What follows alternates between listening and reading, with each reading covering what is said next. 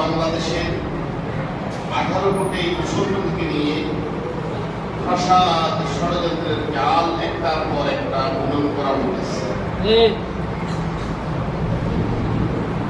5 তারিখের পরে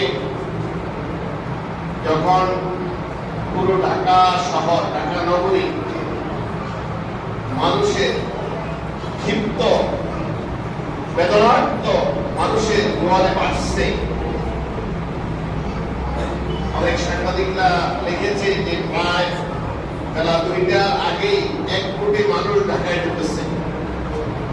নরসিংদীর দিক থেকে, গাজীপুরের দিক থেকে, এরপরে মুন্সিগঞ্জের দিক থেকে, আমাদের কাশীপুরের দিক থেকে, সকল দিক থেকে তখনও পিঁপড়ার লেকের মতো, বৃষ্টির মতো মানুষ ঢাকা থেকে ঢুকতেছে।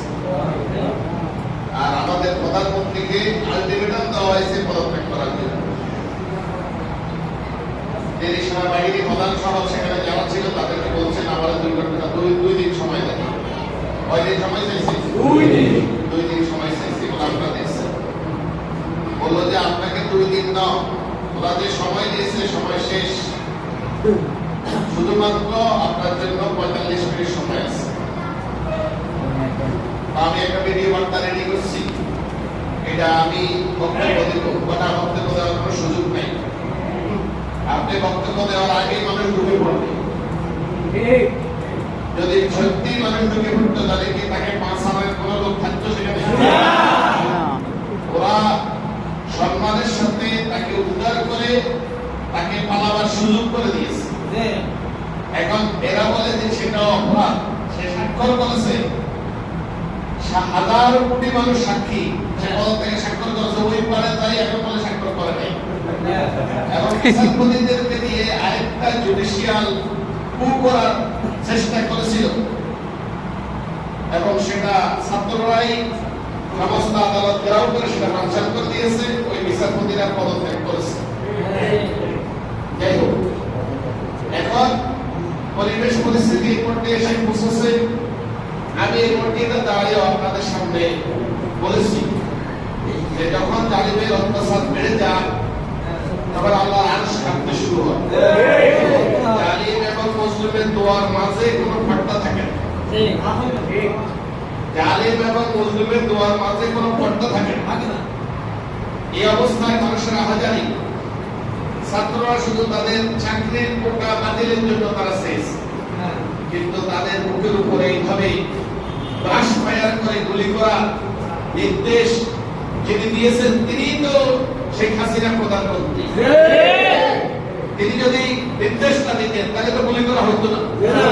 তিনি সেনাবাহিনীকে নির্দেশ দিয়েছেন, সেনাবাহিনী জরুরি ভিত্তিতে মিটিংয়ে বসেছে। ওই রাত্রে মিটিংয়ে সেনাবাহিনীর সদস্যরা সবাই বলেছে না, আমাদেরকে শপথ দেওয়া হয়েছে দেশ রক্ষার জন্য। আমরা সেনাবাহিনীর শপথ করছি দেশ রক্ষার জন্য, দেশের সম্পদের উপর গুলিবর্ষণ করার জন্য আমরা শপথ করে নেই। সেনাবাহিনীর প্রধান সিদ্ধান্ত দিয়েছে যে ঠিক আছে, তোমরা ডিউটি করো, নিরপেক্ষ থেকেও গুলি করে যাবে। এই কারণে হাজারো মায়ের সন্তান বেঁচে গিয়েছে। তাদের অবশ্যই হইত, কিন্তু রক্ত আরো বেশি খরণ হইত। যিনি মানুষের রক্ত চান, যিনি চতুর্দিকে দেখতেছেন যে কোটি মানুষ তাকে কিনে ফেলছে, তখনও তিনি বলেন তিনি কি মানুষ হতে পারেন? তিনি মানুষের মধ্যে হতে পারেন?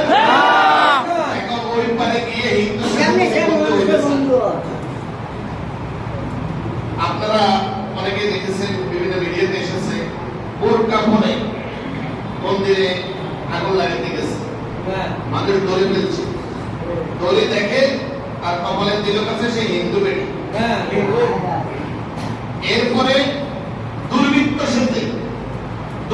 সেজে মন্দিরে আগুন লাগাইতে গেছে, মানুষ ধরে ফেলছে, সবগুলা ফেলাইতে পারে নাই, 10টাকে ধরে ফেলছে, 10টাই হিন্দু। তারা তখন তথ্য দিয়েছে আমাদের সাথে আরো 58 জন এসেছে। আপনারা পত্রপত্রিকা এগুলা দেখতেছেন। তাহলে তারা অভিযোগ করে তাদের উপর হামলা হয়, আর তাদের হামলা তারা নিজেরাই করে। আর আল্লাহ কি বলছেন, ওয়ালা তাহলিকু আনফুসাকুম, নিজেদেরকে নিজেরা ধ্বংস করিও। তারা নিজেদেরকে নিজেরা ধ্বংস করে। ইয়াখরিবুনা বুয়ুতাহুম বিআইদিহিম ওয়া আইদিল মুমিনিন ফাতাবিরু ইয়া উলিল আবসার। এরা যখন মাথা নষ্ট হয়ে যায় তখন নিজেরাই নিজেদেরকে ধ্বংস করে। বিআইদিহিম ওয়া আইদিল মুমিনিন। খুশির খবর হলো এটা, আজকে মাগরিবের আগে আমি একটা চ্যানেলে দেখলাম যে আজকে প্রধানমন্ত্রী শেখ হাসিনার বিরুদ্ধে 9 জনের বিরুদ্ধে 9 জন পদস্থ কর্মকর্তা শেখ হাসিনা সহ তাদের বিরুদ্ধে গণহত্যার মামলা রুজু হয়েছে। আপনারা খুশি না দাদা? খুশি হয়ে যাবে। অপরাধী শাস্তি পেতেই হবে। আল্লাহ কি বলছেন, কাযালিকা জাআলনা লিকুল্লি কারিয়াতিন আকাবিরা মুজরিমিহা লিয়ামকুরু ফিহা ওয়া মা ইয়ামকুরুনা ইল্লা বিআনফুসিহিম ওয়া মা ইয়াশউরুন। এমনি ভাবে জনপদে প্রতিটি বড় বড় রাষ্ট্রে আমি বিশাল বিশাল ফেরাউনের মতো, নমরুদ, হাম্মাদ, কারুনের মতো, আবু জাহেল, আবু লাহাব, উতবা, সাইবার মতো বড় বড় অপরাধীদেরকে লেলিয়ে আকাবিরা মুজরিমিহা, বড় বড় অপরাধী। আকাবের মানে কাবিলের বহু বছর, আকাবের বড়ের বড়, বড়দার বড়দা, মুজরিমিহা অপরাধীদের, লিয়ামকুরু ফিহা, যারা আচ্ছাদনকে দ্বারা অপরাধ সংগঠিত করতে পারে। ওয়া ইয়ামকুরুনা ইল্লা বিআনফুসিহিম, এই অপরাধের দায় কোন দিকে যায় না, তাদের দিকে আসে। আমি বলছি না, আল্লাহ বলছে ওয়া ইয়ামকুরুনা ইল্লা বিআনফুসিহিম, তাদের অপরাধ তাদেরকে খায়। ওয়া ইয়াশউরুন, কিন্তু তারা বুঝে না। ওয়া সানাস্তাদরিজুহুম মিন হাইসু, কোন দিক থেকে ঘুরাইয়া তাদের পন্দে তাদেরকে ফালাবো, লা ইয়ালাম, তারা বলতে পারবে না, বুঝতেই পারবে না। ওয়াউলিলাহুম ইন্না কাইদি মাতিন, আমি তাদেরকে একটু সুযোগ দিই। তারা মনে করে যে তারা অহংকারী হয়ে উঠে, তারা একটু সুযোগ পেলে কি করে অহংকারী হয়ে। একবার বিনা ভোটে রাইতের ভোটে, বিনা ভোটে রাইতের ভোটে আপনারা দেখেন কেন্দ্রে কুত্তা বিলাইয়ে তাদের খিচুড়ি খাইছে, ঠিক আছে কিনা? বিনা ভোটে রাইতের ভোটে আদারিয়ার ভোটে তারা নির্বাচিত হয়ে তারা অহংকারী হয়ে গেছে, ঠিক আছে কিনা? এই অহংকারের শাস্তি আল্লাহ দিতেছে। আল্লাহ বলতেছে একটু সুযোগ করে দিয়েছি, ইন্না কাইদি মাতিন, চূড়ান্ত ভাবে সকল ষড়যন্ত্রের ফয়সালা আমি করে দেব। আল্লাহর আয়াত কি অক্ষর অক্ষরে আসছে না? সাইহাজামুল জামুল, এই নেতারা ডরাইও না, অতি সত্তর আমি এদেরকে ধরব। সাইহাজামুল জামুল, এই বিশাল বাহিনী পরাস্ত হবে। ওই ওয়াল্লুন দুবা, এবং পিছ থেকে ফলাইবে। ওই ওয়াল্লুন দুবা ওয়ালিসাতু মা'আহুম ওয়াসাতু আদহা ওয়া আমান। এরপরে শেষটাই পরকাল আছে, বিচার আছে, হাসর আছে, কিন্তু পরে সেগুলা মাফ হবে না। এই দুনিয়াতে কিছু আল্লাহ দেখা। আচ্ছা, তারা ফলাইবে, ভালো হয়েছে ফলাইতে গেছে, কিন্তু এই যে হিন্দুদের পয়সা লাগানোর জন্য আপনারা বলছিলেন, হ্যাঁ, তারা তো নিজেদের ইজ্জত খাইছেন, আওয়ামী লীগের ইজ্জত খাইছেন, নিজেদের ইজ্জত খাইছেন, আওয়ামী লীগের ইজ্জত পয়সা বলি দোকান করে তোরা হালাত দিয়েছ, তোরা পয়সা বলছ না, তোরা বড়টা আইতে আমি বলে দিতে তো পয়সা বলো, কিন্তু হুজুর ধরতো না। যখন বিপদ আসবে তখন বুদ্ধিওয়ালা কথা আপনারা দেখছেন কিনা? এরপরে বইতে ভরার কারণে আপনারা চিনে না, কয় কেউ ধরেন না, কাই কেউ কইলো সালমানের রহমান কথা কইতে, কথা বুঝছেন নেই, কথা বুঝছেন হালকার কথা কথা চিন্তা করছে হকতে তেলগানা কেন্দ্রে দেখলাম। আমি কি বলা মানাই বলতেছি, আমি যা বলছি একটি শব্দ মানাই বলছি, কিন্তু এই সব খেয়াল রাখতে হবে আমাদেরকে। এই সব কিছু শোনার পরে আমাদের একটা রাগ, ক্ষোভ, বেদনা তৈরি হয় না? তাহলে কি করতে?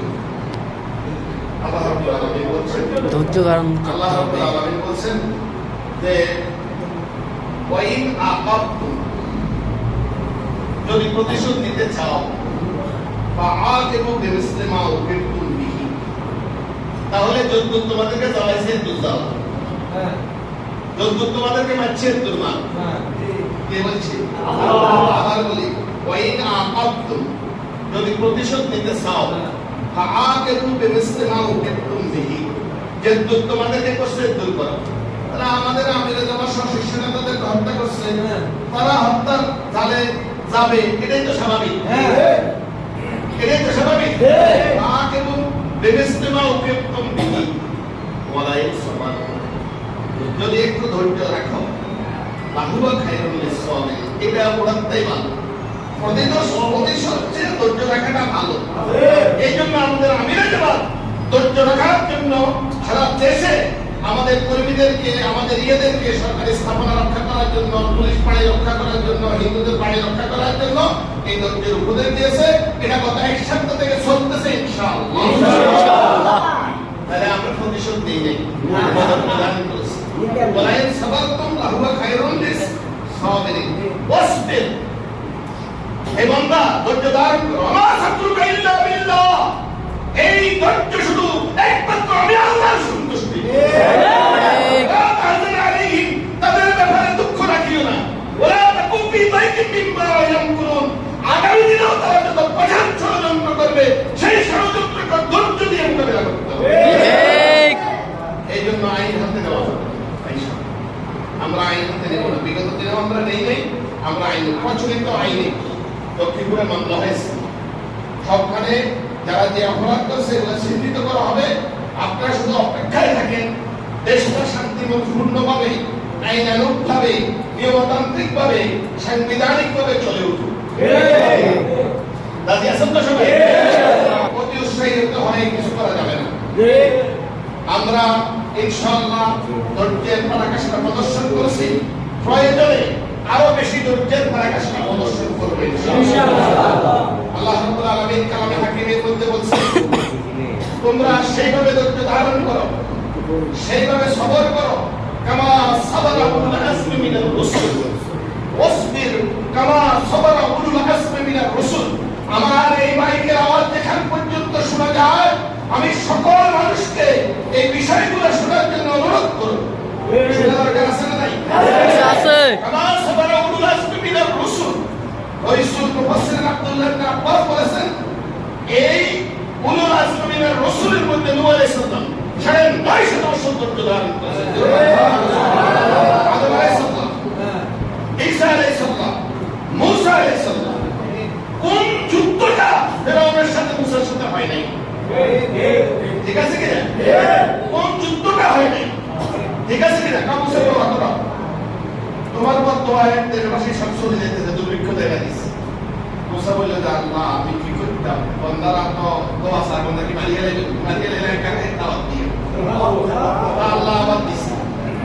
আইসে রক্ত, আইসে উকুন, বলে তো সব জানেন, সব আইসে। ঠিক আছে কিনা? বলে ইসরায়েলের লোকেরা পানি লয়, সেই পানি সাদা, আর ওরা লওয়ার সাথে সাথে তারা করে দিত। তোরা দেখি গাছ কিনতে দিই, এরা আধা গ্লাস খায়, আধা গ্লাস এদেরকে দেয়, কিপ্তিদেরকে, মানে রাজ পরিবারের লোকদেরকে, তোরা এতে খান। যখনই ব্যবসা তাদের হাতে যায়, তখন এটা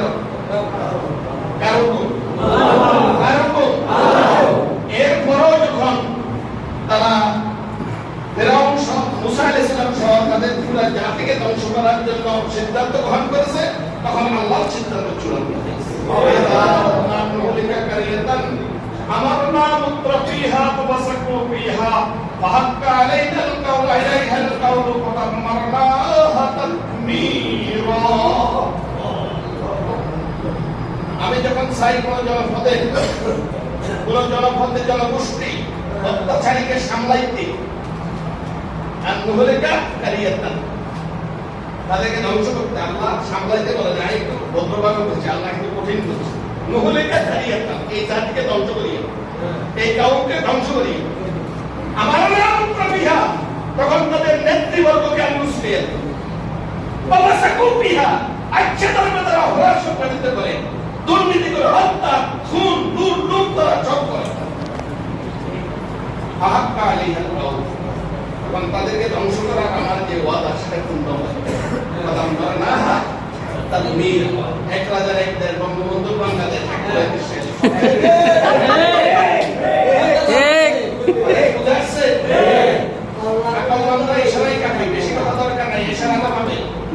আমরা অন্য সময় আসবো ইনশাআল্লাহ, আপনাদেরকে দাওয়াত শোনাবো, কথা শোনাবো। কিন্তু আজকে হলো আল্লামা দেলাওয়ার হোসেন সাইদি মরহুম মকবুল, যিনি এদেশের মানুষের হৃদয়ে স্পন্দন কলিজা করেছেন। যারা তাফসীর শুনে এদেশের হাজারো লক্ষ কোটি বনি আদম দিনের দিকে এসেছে, ইসলামের দিকে এসেছে, একে বুঝার চেষ্টা করতে পেরেছে, দাওয়াতকে বুঝার চেষ্টা করতে পেরেছে, এখানে দ্বীনের গুরুত্ব বুঝার চেষ্টা করছে। শুধু মুসলমান নয়, হিন্দু, বৌদ্ধ, খ্রিস্টান তারাও আমাদের থেকে নীরবে নিভৃতে থেকে প্রায়বার শুনেছে এবং তারা দল করে এসে ইসলাম গ্রহণ করেছে, কালিমা শাহাদাত করেছে। যারা বলেন সুবহানাল্লাহ। সে আল্লামা দেলাওয়ার হোসেন সাইদি আমাদের মাথার মুকুট পরিবার টুকরা, তাকে একটা ক্লিনিকি হামলার মাধ্যমে তাকে হত্যা করা হয়েছে। দেখানো হয়েছে যে তিনি অসুস্থতায় মারা গেছেন, অথচ আমরা জানি এটা ক্লিনিকের হত্যা, এটা ডাক্তারি হত্যা। সুতরাং এই হত্যার আমরা বিচার চাই, এই হত্যা সহ সকল হত্যাকাণ্ডের বিচার চাই। বিশেষ করে আমাদের পরিবার টুকরা সন্তানেরা, এরা এখনো অপরাধ করার সময় হয় নাই, তারা মাত্র কলেজ ইউনিভার্সিটিতে পড়ে। তারা দেশের জন্য, অধিকারের জন্য যেভাবে তারা জীবন দিয়েছে, পৃথিবীর ইতিহাসে এরকম দ্বিতীয় নজির নাই। ভাষা আন্দোলন হয়েছে, 10-12 জন শহীদ হয়েছে। 69-এ গণঅভ্যুত্থান হয়েছে, 5-7 জন শহীদ হয়েছে। এরপরে 89 এরশাদ বিরোধী গণঅভ্যুত্থান হয়েছে, সেখানে ওই যে একজন কি ডাক্তার না জানি ডাক্তার মিলন শহীদ হয়েছে। এরকম 1000 তরুণ যুবক শহীদ হয়েছে, এটা কোনো নজিরে নেই। বিশেষ করে লক্ষ্মীপুরে সেই দিন 4 তারিখে 11টা থেকে বিকাল 4টা পর্যন্ত অনবরত গুলিবর্ষণ করা হয়েছে। প্রায় 2 থেকে 250 ছাত্রছাত্রী এবং জনতা পথচারী সেখানে গুলিবিদ্ধ হয়েছে। এই নজিরও কোথাও নেই। এবং একজন বিশিষ্ট মুক্তিযোদ্ধা বলেছেন যে লক্ষ্মীপুর আমরা যখন স্বাধীন করেছি, 71-এর হানাদার বাহিনী থেকে একদিনে কোনো এত গুলি আর লক্ষ্মীপুর হয়নি। এখানে মসজিদে আমরা তাও করে বলছি যে আমাদের কাছে এত গুলি নেই। আজকে যে গুলি লক্ষ্মীপুরে বর্ষণ হয়েছে জনতার উপর, এত গুলি আমাদের থানার তো নেই। ওরা বুঝে আসছে তাহলে এই সমস্ত হত্যাকাণ্ডের বিচার হওয়া দরকার না? নাই। ডাক্তার সহ সকল এই হত্যা এবং বিগত গণহত্যা আমরা বিচার চাই এবং এই বিচার না করা পর্যন্ত আমরা করে ফিরব না। আল্লাহ রাব্বুল আলামিন আমাদের সকলকে সহ দেশবাসীকে নিয়ে যেন আমরা শান্তিপূর্ণ অবস্থানে থাকতে পারি। কেউ কারো উপরে বল প্রয়োগ করবো না, কেউ কাউকে হেনস্থা করবো না। আপনারা যারা ওয়াইলিল্লাহ করলে এখন একদল ক্ষমতায় নাই, যদি আমি তাকে ভাইয়া তাকে হেনস্থা করি তাহলে শরীরে তো জায়েজ আছে? তার ভাবে তাকে খাই, আল্লাহ তার ভাবে তাকে খাইবে। সুতরাং আমি আইন হাতে নেওয়ার কোনো প্রয়োজন নাই। আমরা চেষ্টা করব দেশে শান্তি শৃঙ্খলা ফিরে আনার জন্য। যতগুলো আমরা ডিসি অফিস থেকে, এসপি অফিস থেকে সবখানে আমরা গিয়েছি, সবার সাথে কথা বলেছি, বলছি যে আপনার আতঙ্কে থাকার দরকার নাই, নিজ নিজ দায়িত্বে আপনার পালন করেন। কেউ যদি আসি দলীয় বলয় সৃষ্টি করতে চেষ্টা করে, দলীয় প্রভাব সৃষ্টি করতে চেষ্টা করে, তারা আমাদেরকে ফোন করে জানাবেন যে উনি আমাদেরকে আইনসম্মত সংবিধান সম্মত কাজ করতে দিচ্ছে না, বাধা দিচ্ছে, সেই জন্য আমরা আপনাদেরকে সহযোগিতা করব। আমাদের কথা ঠিক আছে কিনা? আমরা এইভাবে চাচ্ছি দেশ ইনশাআল্লাহ অল্প সময়ের মধ্যে, যেহেতু সরকার গঠন হয়ে গেছে, মন্ত্রী পরিষদের শপথ হয়ে গেছে এবং বিভিন্ন এখানে যে রদবদল প্রয়োজন সেগুলো পুলিশকে সাজানো দরকার, বিচার বিভাগকে সাজানো দরকার, যেটি প্রশাসনগুলোকে সাজানো দরকার, সেটা সাজানোর কাজ প্রায় 80% সম্পন্ন হয়ে গেছে ইনশাআল্লাহ। আর যেটুকু বাকি আছে সেটা হবে। এবং আপনারা প্রস্তুত থাকেন, যারা জওয়ান আছে, বয়স্ক আছে, ইনশাআল্লাহ আপনারা নেতৃত্বের চ্যালেঞ্জ গ্রহণ করবেন। পুলিশ বাহিনীতে ডাক আসলে সেখানে আপনারা যোগদান করবেন, আমাদের মিডিয়াতে আর্মিতে আপনারা যোগদান করবেন।